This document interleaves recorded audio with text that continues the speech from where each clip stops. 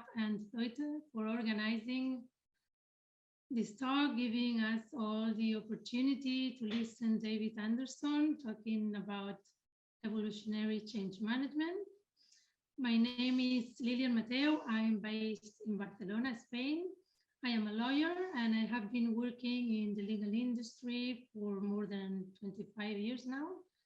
First half of my career, I worked as a lawyer, starting in a big law firm in Barcelona and later co-founding a middle law firm. And the second half of my career, I started up a technology-based businesses for asset liquidation.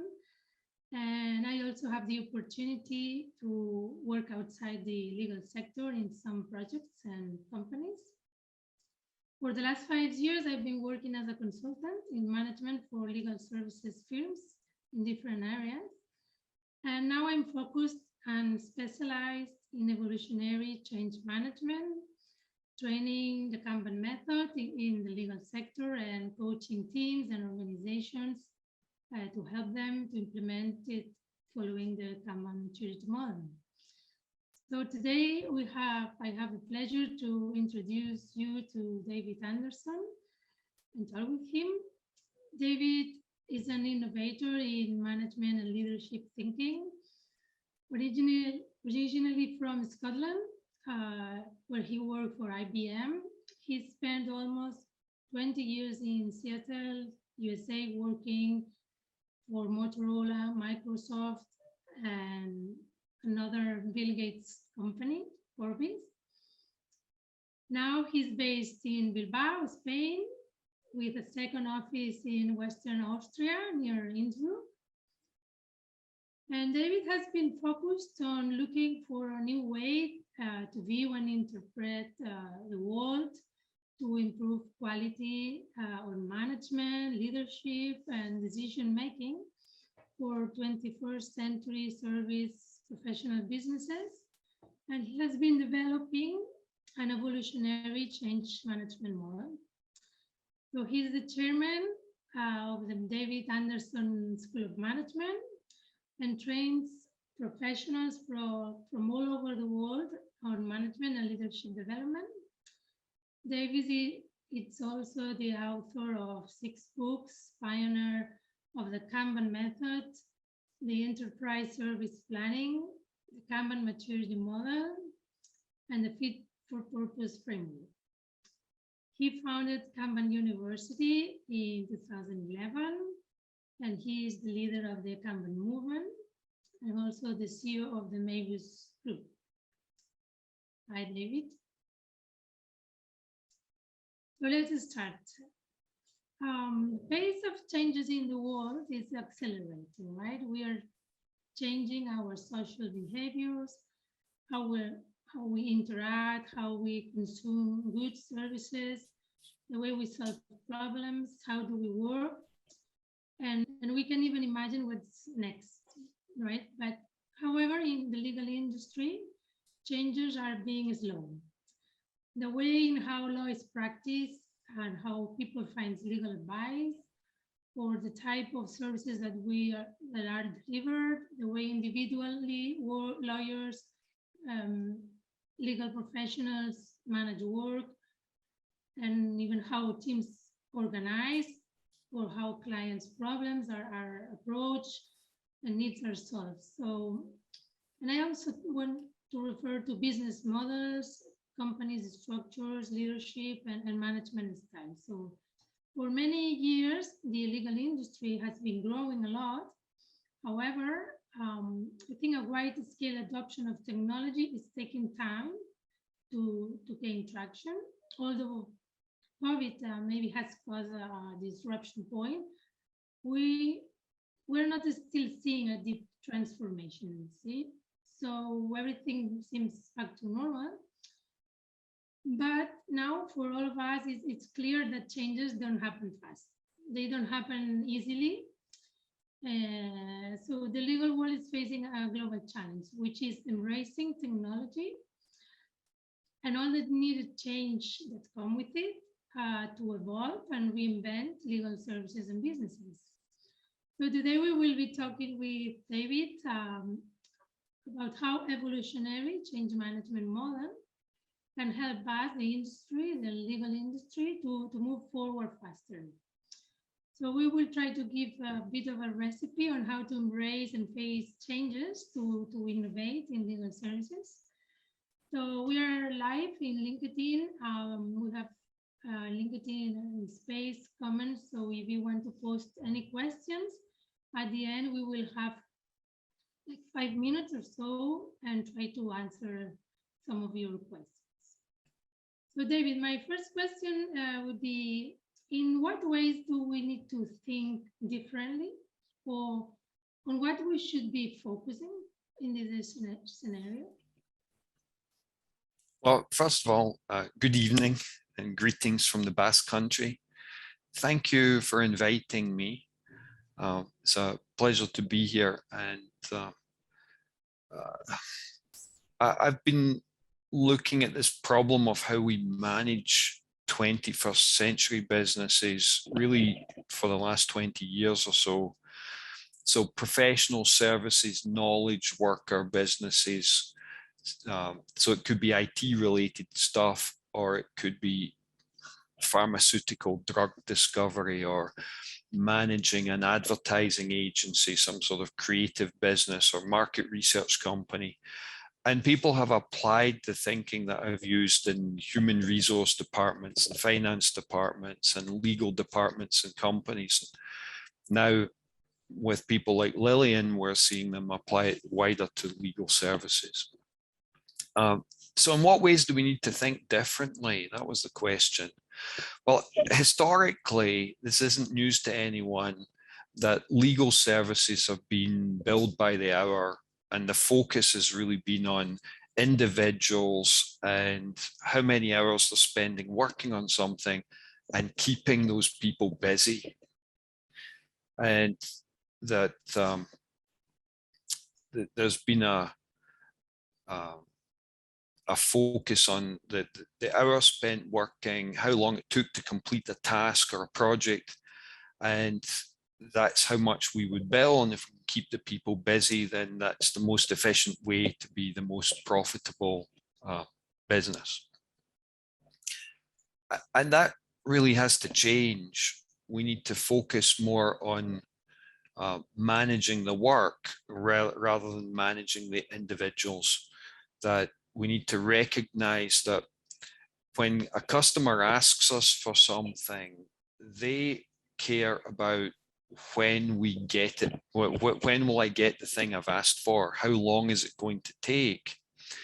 And they're not particularly interested in how much effort it took you to get it done, although of course they will care about the cost. But primarily, I need to know how long it's going to take, or if I have a deadline to hit, I need to know how early I should ask you so that you can get it done for me in a timely fashion that's ready when I need it. So we need to focus on managing the work and managing the flow of work from when the customer asked for something. We do a series of activities in order to provide the deliverable to them. How long does it take from when the customer asked until delivery? And ultimately, those are the things our customers care about. And if we have a competitor who thinks that way, our customer is going to like working with them more than working with a business that's focused on individuals and how many hours they're working, and isn't paying attention to how long did it take to get the customer the solution they were looking for.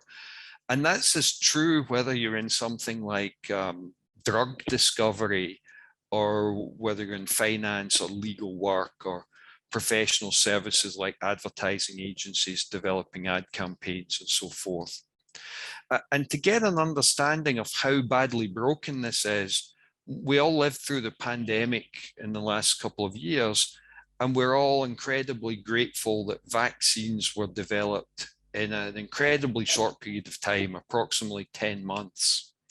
Well, normally it takes 8 to 10 years to create a new vaccine, but somehow by some miracle, it happened in only 10 months in the pandemic. Well, were corners cut? No, not really. The truth is, it takes about 10 months to make a vaccine. The rest of the time, that 8 to 10 years, is delay. And when it's urgent and important and critical, there's a pandemic underway, then all the delays get taken out of the process. And suddenly we get vaccines in 10 months rather than 10 years. And most knowledge work, professional services businesses suffer from this problem. Something that might take 1 or 2 days of human effort, from the customer's perspective, it takes 100 days. Therefore, if you can shave off 50 of those days, it's still 1 or 2 days of human effort, but it only takes you 50 days, it takes your competitor 100 days. And you achieve that improvement by focusing on the work and the flow of the work and the customer and who asked for it, rather than focusing on your workers and the billable hours. The billable hours don't change. It's 1 or 2 days of billable work. But if the customer gets it in half the time, they're much happier. Now, there's 2 important things to recognize with professional services, knowledge worker, modern businesses. The key is we're dealing with human beings, and human beings have a limit to what they can store inside their head. 2 or 3 things in progress at a time is about our limit. That's sort of how we work most optimally. And one of those things should be a primary activity that we're putting most of our energy and time into, and the other 2 or 3 should be, 1 or 2 should be secondary activities, perhaps where we're cooperating, collaborating with someone else for whom it's the primary activity. So we put most of our effort into one thing, and then we get a bit tired of that for a while, so we switch to something else for an hour or 2. Maybe we take a break, we get some tea or coffee or something, and then we switch to something else, we go back to the primary thing. Human beings do not work very effectively if they're loaded with 4, 5, 6 things. And I meet people from marketing departments, for example, who will tell me they have 20 or 30 things in progress. It's not a very effective way to work. The time takes too long, the quality is affected. The second thing, and these are related, is to recognize that knowledge work activities where we're discovering information, they have a shelf life. The information is perishable. Imagine someone asks you a question like, what's the weather like? And you maybe you go outside or you look up the weather forecast, the weather report, you give them an answer. Well, an hour from now, that answer could be inaccurate, that the weather has changed. And while that's an extreme example, almost everything that involves information, it could be, for example, discovery of facts that you're using for a legal case. Well, 6 months from now, those facts may no longer be accurate. Things may have changed. So the information you discover has a shelf life and it perishes like bananas. You go to the fruit shop, you buy some bananas, 5 or 6 days later, they'll not be in good condition anymore. So recognizing that encourages us to think about, as soon as we take the customer's order, we need to worry about how long it takes to flow through our system to produce a result and deliver it to the customer. And if it takes too long, the information may have perished before we get to the end, and that causes us to go back and do it again. And if we're billing the customer by the hour, historically, we didn't care about that. We did it again, so what? We had to bill the customer extra money. But the customer cares that working with you cost him more money and took longer. And he could go work with someone else who'll produce a better quality result much faster. And that's the competitive edge that can come from thinking about the customer and the work and the flow of the work, rather than thinking about the individuals and the billable thing. So in addition, there's generally, we're discovering information for some purpose, and there's a cost of delay related to that. Now, when I'm teaching, I'll often refer to this as the wedding cake problem, which is how long before our wedding do we need to order the cake? The wedding is a hard fixed date in the future, and if the cake arrives one day late, that's a disaster. There was no cake at the wedding. So we need to know from our wedding cake supplier, the baker who's going to make the cake for us, how long is it going to take to bake the cake? How predictable and reliable are you? What's the quality assurance that you can guarantee for us? And when do we need to place the order for the cake so that it absolutely, definitely shows up on time for the wedding? And it doesn't take a rocket scientist to realize that that's very similar to problems you experience in the legal sector all the time. You're dealing with hard delivery dates like court hearings, and you need to know how far in advance you need to work on it in order to have the information in time to deliver to the court. Right, so in summary, these three things, we need to manage the work, we need to manage the flow of work, and focus less on the individuals and the billable work, recognize that the information we're discovering has a shelf life and that it decays. And the faster we can get things done, the fresher the result is going to be when we deliver it. The second change that I see, and in my own firm, we see this with the businesses we do business with, our accountants, our lawyers, the legal services that are provided to us. And here in Spain, in the Basque Country, we work with a single company based outside of Bilbao who provide us with financial and legal services. And we pay them a monthly fee for this, and they do all of our payroll and our accounting. And if we hire a new member of staff, they do the contract for that. They handle all of our human resources function, and all of that's bundled into one set of financial and legal services for a fixed price every month. They think in services. Our accountants in Seattle in the United States, they think in services. We pay them a monthly recurring fee. And I'm sure that this is a common trend with legal services around the world. My observation is that accounting, financial services are further ahead than legal services, but they're being offered as services rather than transactions and individual projects. And therefore, if you're selling services, internally, you need to be organizing and thinking in services. And in order to think that way, I call that enterprise services planning, organizing your business as though it's a network of interdependent services that you're offering to customers, some internally within the business. If we think about, for example, an advertising agency, they create advertising campaigns. That's a service they provide to the customer. But internally, their network of services may include things like copywriting, sub-editing, photography, picture editing, graphic design, and so forth. All this network of services that's pulled together to deliver a final campaign to their clients. We need leaders to think in services if what you're doing in the market and the business model you're offering is service-oriented in nature. So to do that, we've got three things. Manage the work and the quantity of the work, right?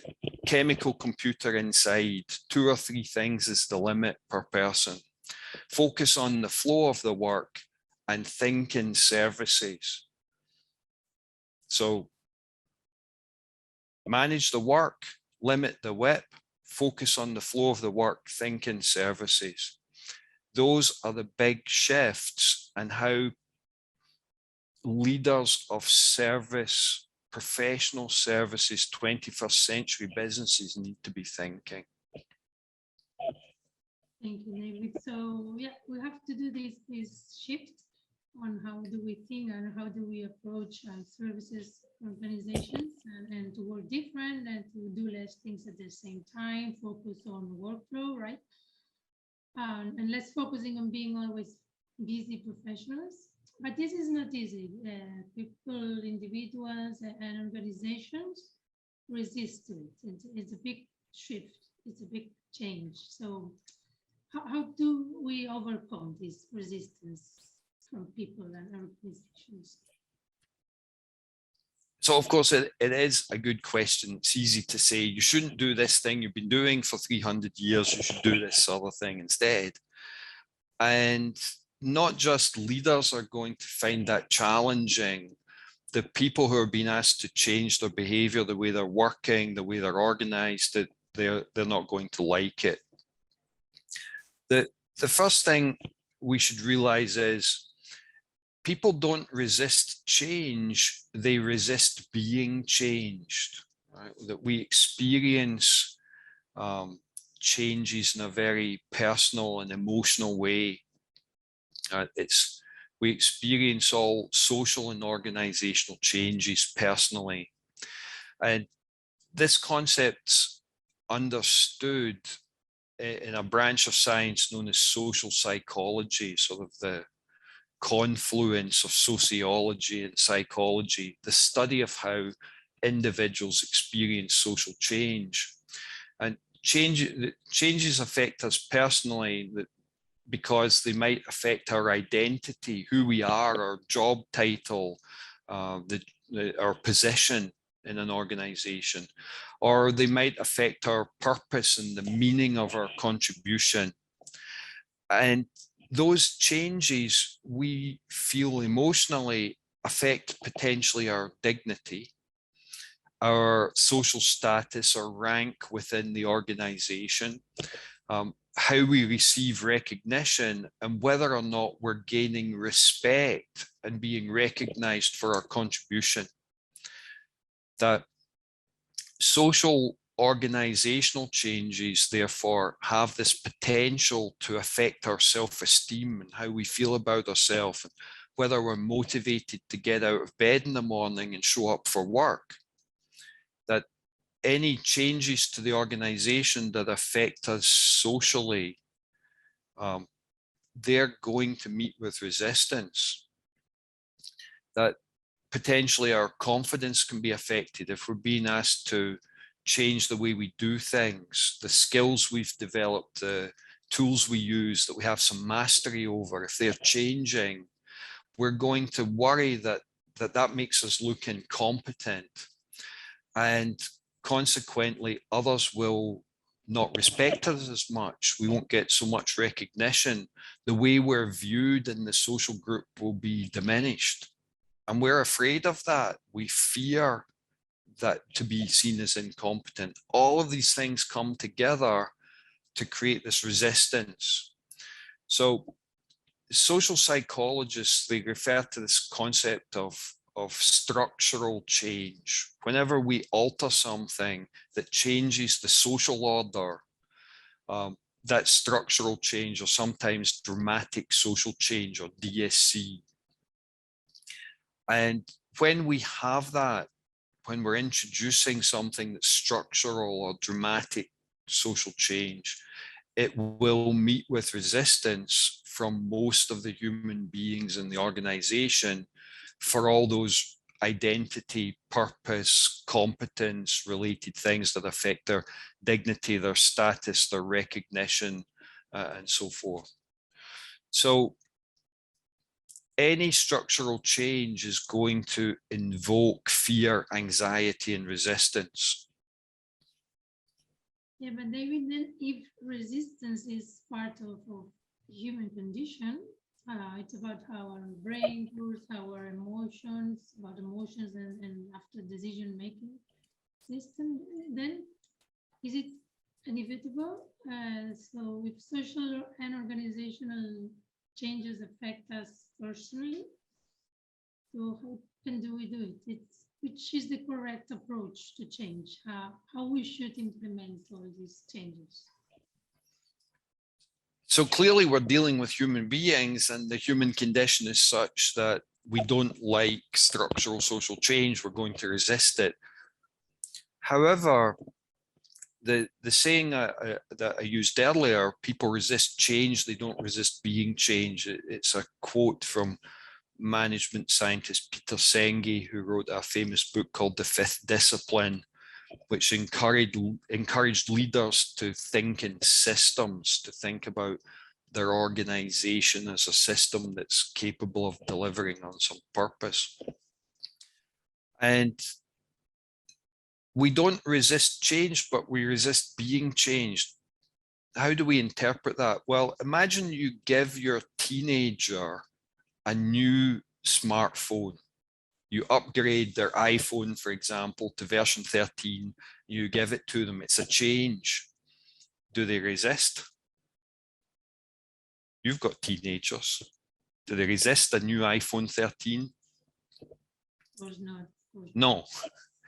So there are types of changes where we don't resist. We don't resist a new car. We don't resist a new iPhone. And social psychologists call those normative changes, things that don't affect the social structure and the social order. And in general, a normative change is usually some change in the tooling that we use, the how we do things. Sometimes a change to what we do, but in general, it's a change that makes us a better version of ourselves. That by adopting this change, we look better, we look smarter, that at the very least, we maintain our position in the social order, and the status and respect and recognition and our dignity are either unmodified or there's only an upside potential. We love normative changes that make us look better versions of ourselves. So as change agents, we can think about that. We can think about how can we introduce changes that help people be a better version of themselves.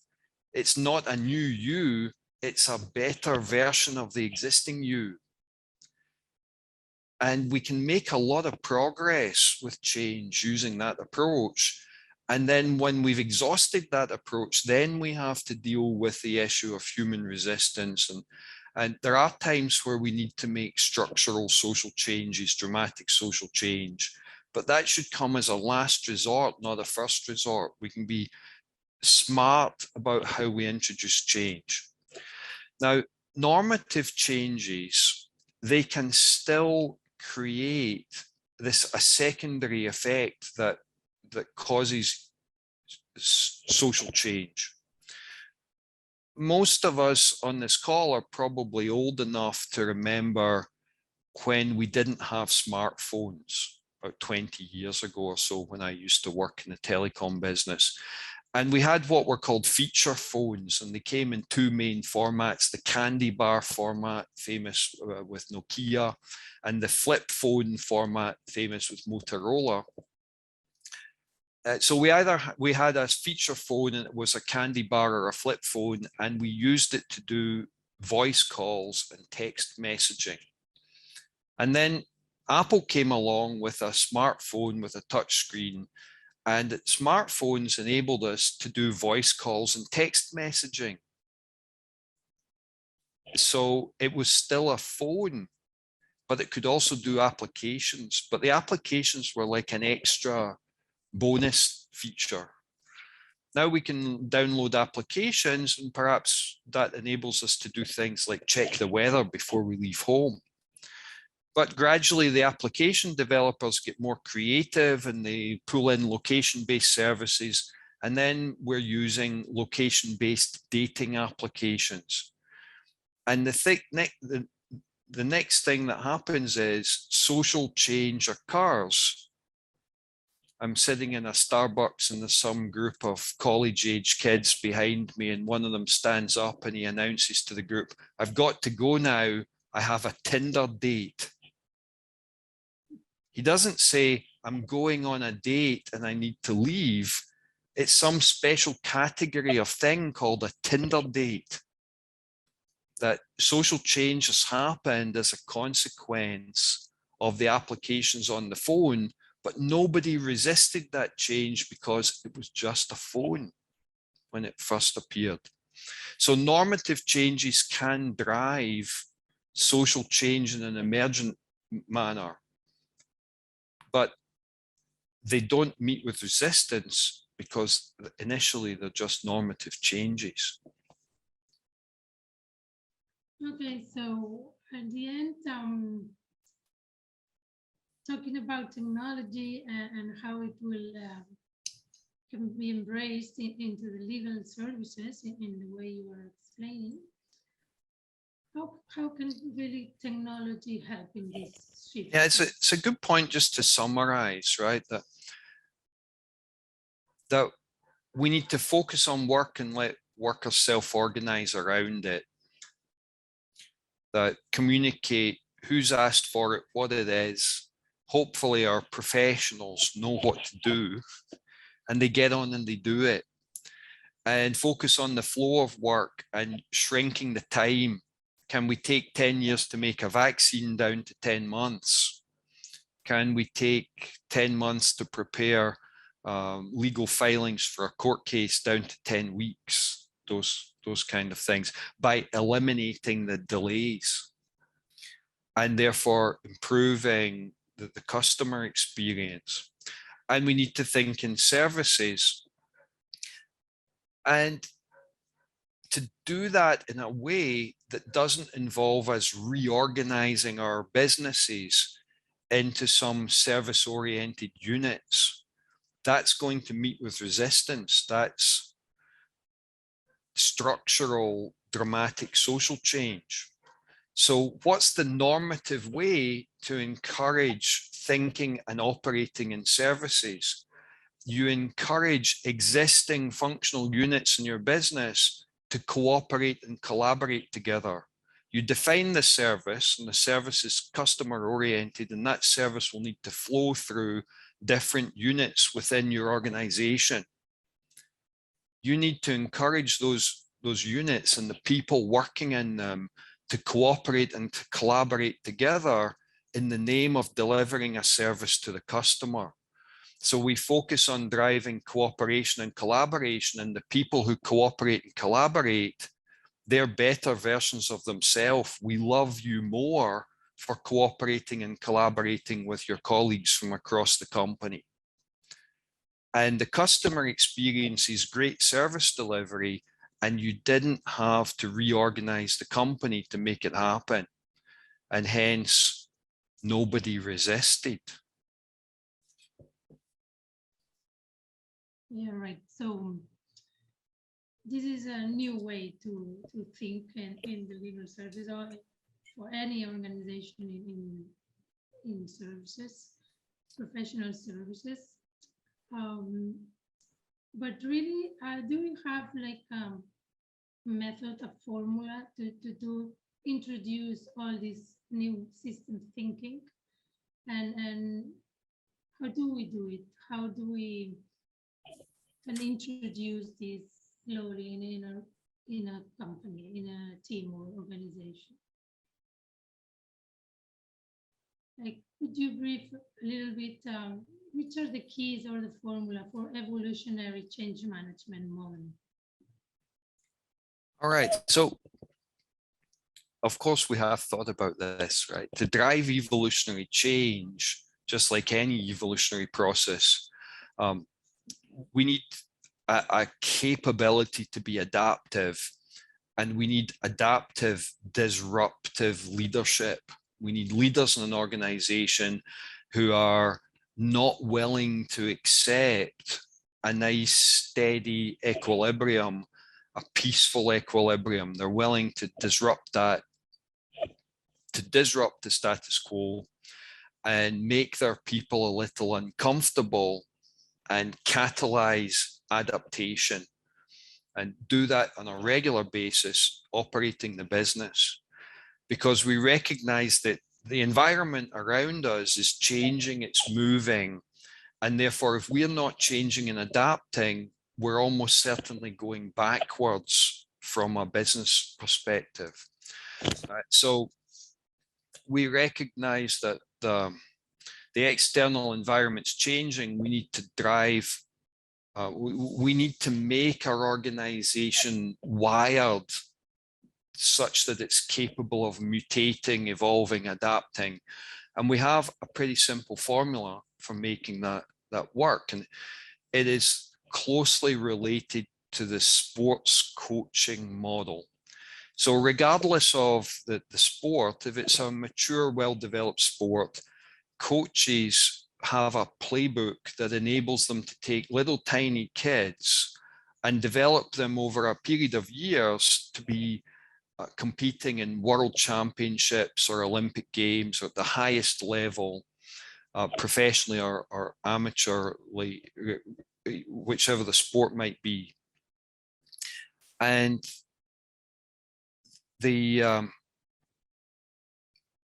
able to do that quite consistently as long as there's one magic ingredient. The kid has to want it.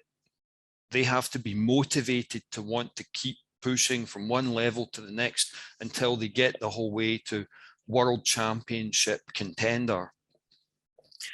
And the way that sports coaches do that is they take the current level of performance and they make that kid a little bit uncomfortable. They make them unhappy with the current performance.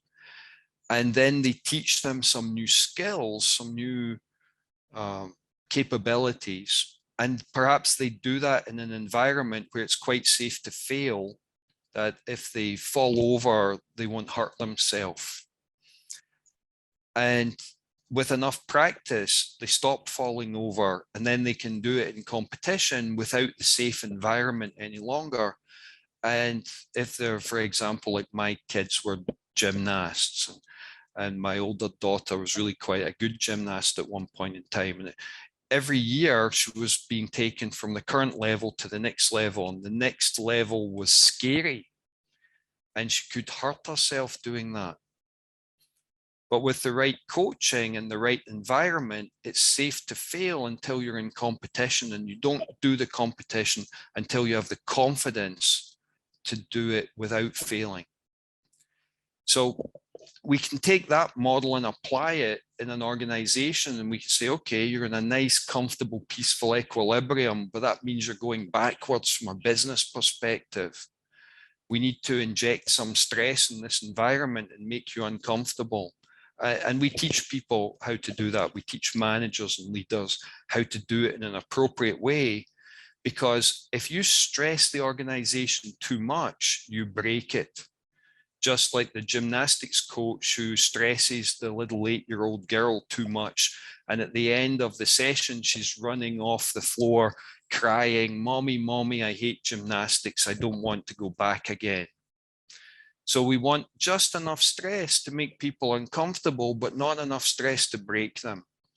Then we need a reflection mechanism. We need a means within our organization to reflect on the fact that we're uncomfortable with the current situation.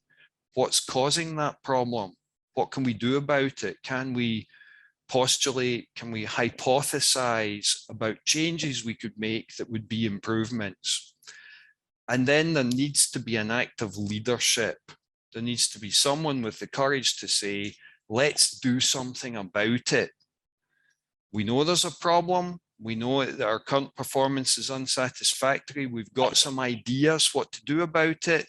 Let's get on and do it. Let's give it a try.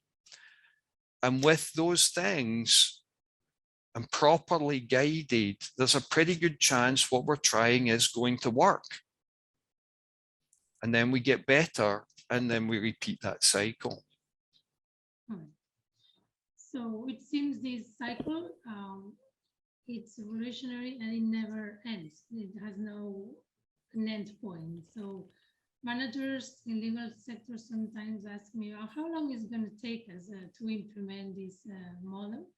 How do we know we are done and we can say? I think it's one of the greatest fears that I hear reported is that, you know, we could be doing this forever and we'll never be done. And part of the answer is, well, do you think the world will stop changing around you? Obviously not. So our organization needs the wiring, it needs the DNA to keep evolving and mutating, and it can't ever get too complacent, can't get too comfortable. But are there times where we don't need to improve anymore? Yes. We've done a bunch of improving and now we're good enough for the current market conditions. Now, in evolutionary terms, the way we decide if our current version is good enough is known as fitness, or being fit for the environment. And in a business sense, we can judge that by understanding and empathizing with our customers and other stakeholders, perhaps regulatory authorities, governments, those kind of things, by understanding what they need from us and what they expect from us, and what represents for them a good enough level of service. And in order to answer that, to answer what sounds like a very simple question, and the question was, how do we know whether a change will be an improvement? Really simple question to ask, profound, very tough to answer. Along with one of my colleagues, Selectius, we developed an answer to that. It turned into a sort of 400 or 500 page book called the Fit for Purpose Framework. The idea that we can understand and empathize with our customers and the purpose, why do they come to us? And based on that why, what risks are they managing and what expectations do they have of us in terms of how we need to serve them? Then we can judge whether we're serving them well enough. The fitness criteria that we discover using the Fit for Purpose framework become the stressor that drives our evolutionary change process that I talked about a few minutes ago. Right, so I have just two questions left. One is about technology, right? All this change and how technology could help us. Sometimes in legal services and law firms, often we think about projects rather than services. So we will talking about traditional project management tools. So in your opinion, is this the correct approach, and how can I'm not a lawyer and I'm not running a law firm, but what I see on the internet suggests to me that legal services and law firms are still thinking very much in terms of projects. And there are things like legal project management. And therefore, if there's legal project management, there's probably legal project managers. And when they look for tooling, they look for traditional project management type of tooling. And I think that's a mistake. The type of tools and technology you need to assist with this are tools that help you track the work. If we need to manage the work, we need to identify the types of work, who asks for it, what we do to it, how it flows through our organization. We need to track that. We need to report on it. So we need tools that help us track work requests from customers through some workflow, some service delivery workflow that happens in our organization. And in order to manage it properly, we need all of our brain engaged. So it needs to be a tool that helps us engage our sensory perception. It needs to be visual. Ideally, it could also be tactile. It could involve, a touch screen or something that we walk up to and touch, that it needs to be social. We need to be able to gather around it. It needs to involve as much of our sensory perception and our emotional intelligence as possible. So we need tools that track work and that they do that in a visual way. And the tools need to support some basic concepts like all work isn't the same. I call this the Starbucks challenge when I'm teaching classes. I ask students, imagine that you're the supervisor or the store manager in a Starbucks cafe. How many types of work are you managing? How many services are you offering within Starbucks? And it's really hard. It takes them a while to figure it out. And eventually they come around to realizing, well, we make espresso drinks, we have filter or drip coffee, we have infusions like tea, we have bakery items, we have cold items from the fridge and so forth. And they realize that these different things have different workflows and involve different equipment. And they take different amounts of time in order to deliver in service. And the tools that we need, whether it's for law firms or pharmaceutical drug discovery or advertising agencies, they need to allow us to capture those work item types and the different workflows and model that. And then perhaps the final important feature is you don't always treat the work the same way. Sometimes you need an express lane. You need a way of servicing things faster. You need to be able to treat things with different classes of service, and you need to recognize that that's economically optimal for your business. There will be customers who are willing to pay more to get priority service, to be serviced faster. And the tool needs to support that concept also. What was the second question? Yeah, well, it's going to be maybe the last one.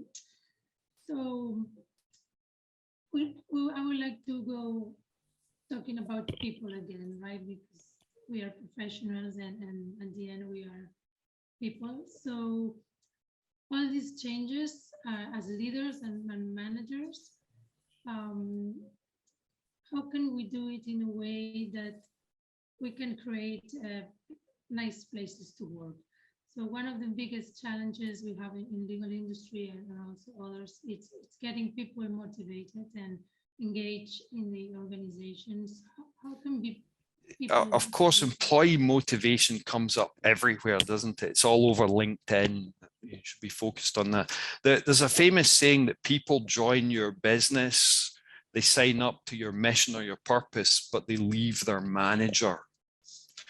Right. So the first thing to realize from that is that we need to be purpose driven. It's not enough just to have a business that makes profit and is economically viable. People want to, they need motivation to get out of bed in the morning. They want to work for some higher purpose. So there needs to be a greater reason than collecting a paycheck. So businesses that are attractive to join have to be purpose driven and not just motivated by selfish reasons, whether it's selfish at an individual level or selfish at an organizational level. It can't just be about profits. Richard Branson, the founder of Virgin, he has a favorite saying, which he's used often, but it's a quote from a book that he read at one point, a favorite book of his. People believe that businesses exist to make profits. They've got that backwards. Businesses make profits in order to exist.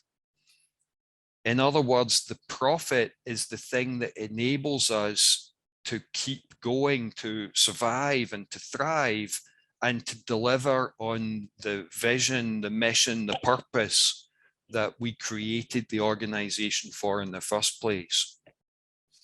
Right, so we need to be purpose driven and we need leaders that lead with purpose. That's the first thing, right? But the flip side of it is that people leave their manager. People join because you've got a great vision, a great purpose. They feel they're going to be contributing in the world. And then they quit because it's a lousy place to work. So we must not forget that the lousy place to work is often because the managers are not well trained, and the organization is poor at managing its people, at managing risk, at managing the work, at satisfying its customers, and so on. And we refer to that concept of being bad at those things as a low maturity organization. And an organization that's good at it, good at delivering on their purpose, good at delivering on customer expectations, good at managing risk, good at creating an attractive place to work where people are set up for success. That's a high maturity organization.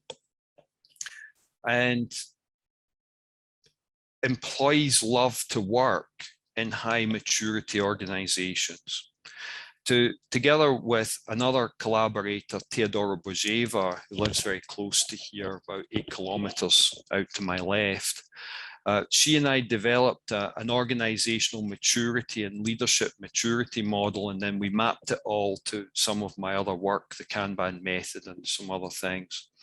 So we've codified the different levels of organizational maturity and the leadership and management actions that are required in order to improve it to a level where employees enjoy working and want to stay. They signed up for your purpose and they love working here because it's such a mature organization.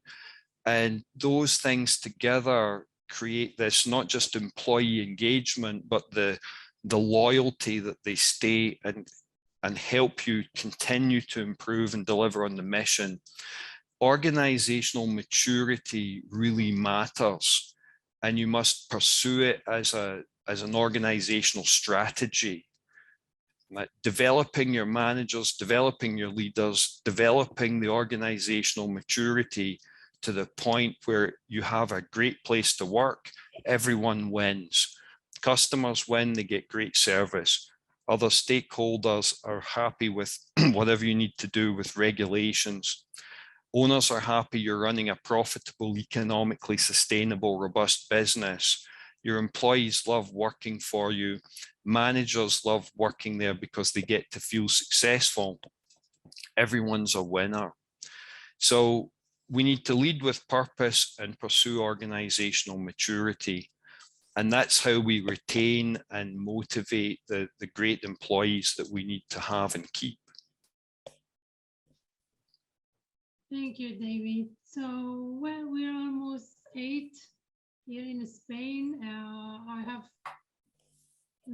We don't have any questions from the audience live, so we will be finishing now. And thank you, David, for all this insightful conversation. And I hope the audience now, or when this is going to be recorded on YouTube, will enjoy as much as I did.